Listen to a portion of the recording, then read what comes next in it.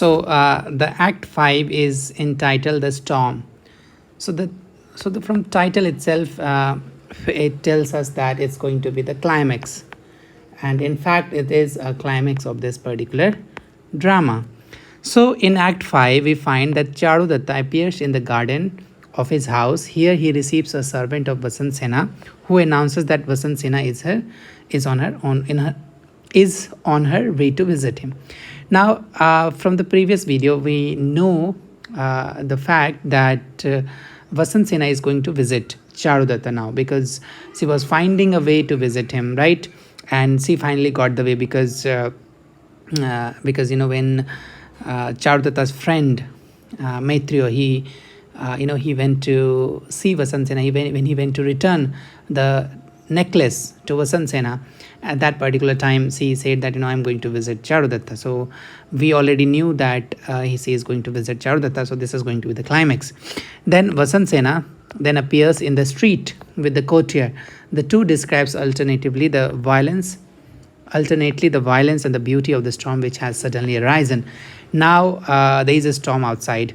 So storm signifies so many things in this particular play. One, that it is a climax, and there's something going to happen. The second is that the storm is very powerful, and in a way, they both are actually appreciating the storm. Sometimes some people love storm, some people hate storm, because some people love rain, some people doesn't love rain. So in a way, both are actually describing the power, the power of storms. So let's see what they say. The sky is black as Dhritarashtra's face, proud as the champion of Kuru's race. The haughty peacock thrills his joy abroad. The cuckoo, in Yudhishthira's sad case, is forced to wonder if he would not die. The swans must leave their forest home and fly, like Pandu's son, to seek an unknown place. So you see, the Charudatta, he's describing this storm as if it's a Dhritarashtra's face. And if you remember, Dhritarashtra is a character in Mahabharata, and he was a blind man. And of course, a blind man can't see anything except for the dark, right? So it appears dark as Dhritarashtra's eyes, as his face. So it's a very gloomy scene here. So Charudatta feels that it's going to be gloomy, it's going to be dark. Now, also in a way it's dark, because you see, Charudatta is already married to his own wife, and yet Charudatta and Vasant Sena, they are meeting.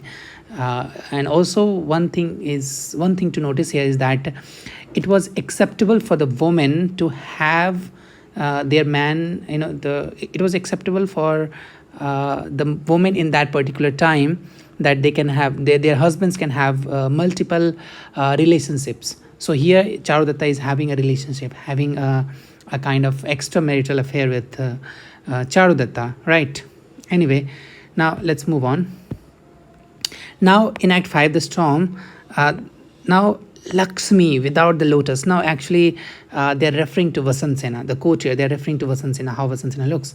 Well, actually she's not a Vasant Sena, but I found when I searched on Google named Vasant Sena, so I found this particular picture. It's a very beautiful woman, right? So she can actually be seen as a Vasant Sena. She might be beautiful. Maybe Vasant Sena might be as beautiful as her. Anyway, so this Lakshmi without the lotus flower is she.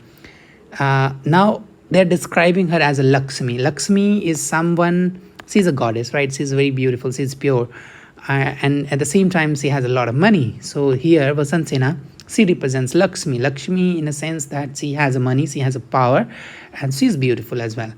And then loveliest arrow of God Kama's bow. So she's also a kind of loveliest arrow of God Kama's. God Kama's bow is basically represents love, right? So she is more like a charmer. She charms everyone she meets. And then the sweetest blossom on her magic tree.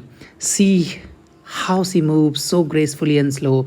The way she is walking, the way she is moving her feet is basically, it's fun to watch. It's beautiful to watch. It's aesthetically pleasing. And in Passion's Hour, she still loves modesty. In her good vibes, their dearest sorrow no. So actually, is the quote here also in fact mentions that everyone is afraid that their wives, especially their everyone's wife is afraid that their man would. If they look at Vasant Sena, they might fall in love with her. So she is that beautiful, you see. And then when Passion's drama cell enacted be when one love's stage appears, the passing show, a host of wonders shall bend them low, glad to be slaves in such captivity. So she makes slave everyone. So whenever somebody sees her, they become slave of her beauty, of her charm. So that kind of presentation the courtier gave about Vasant Sena.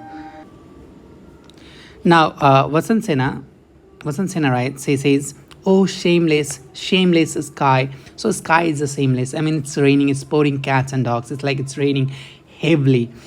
And she says, "To thunder thus while I to him, I love draw nigh. Why do thy thunder frighten me and pain?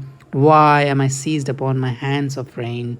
So you see, there's a the way she says, actually it feels that she is also a learned person. The way she writes, if you read it in Sanskrit version, then you will find that all the words, all the sentences written or said by Vasant Sena is written in Sanskrit. And Sanskrit, whoever speaks Sanskrit back in those days were considered well educated. So she was well educated as well. So Charudatta and Vasant Sena, they both were well educated. Even though she was a prostitute, even though she was a courtesan, she was highly educated. And the way she is describing the thunder, she is actually talking about how deeply she loves Charudatta. And then, "Oh Indra, mighty Indra." So now says, "Oh Indra, mighty Indra." So Indra is someone. Indra is a god, god of rain and thunder, right? So did I then give thee of my love before, that now thy cloud like mighty lions roar? Ah no, thou shouldest not send thy streaming rain to fill my journey to my love with pain. Now she's saying it shouldn't rain that much, because I'm on a journey to meet my love. I'm a journey to meet my love, Charudat. Now then Vasant Sena dismisses the courtier, enters the garden, and explains the Charudatta how she has again come into possession of the gem casket. So of course they had to put some conversation between Charudatta and Vasant Sena. So the conversation is about the casket, gem casket, how she got the casket. She's actually explaining Charudatta how she got the gem casket. So meanwhile the storm has so increased in violence that she is compelled to spend the night to Charudatta's house. So now she is going to spend a night with Charudatta's house. So you see why this is a climax. It's a climax because what we are looking for in this particular play, what we are seeking in this particular play, it's happening now, right? So she is going to sleep with Charudatta here.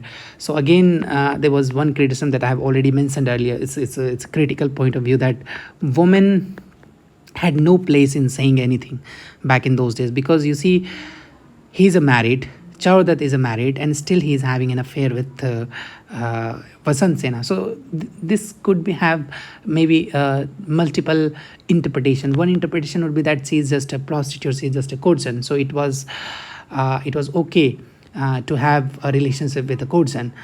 But on the other hand, she was not just a courtesan; she was also a person. In that way, if you look at in a modernist point of view, then you would find that maybe the woman had no rights to say what their man wants to do. So her man Charudatta is actually having a relationship with Vasant Sena, and it's okay to accept it. So even though his wife doesn't say anything, and this will keep coming again and again in the later part of this play. Now we will just leave this video here itself, and if you have any questions regarding this, please write down in the comment section, and I will see you in the next one. Thank you.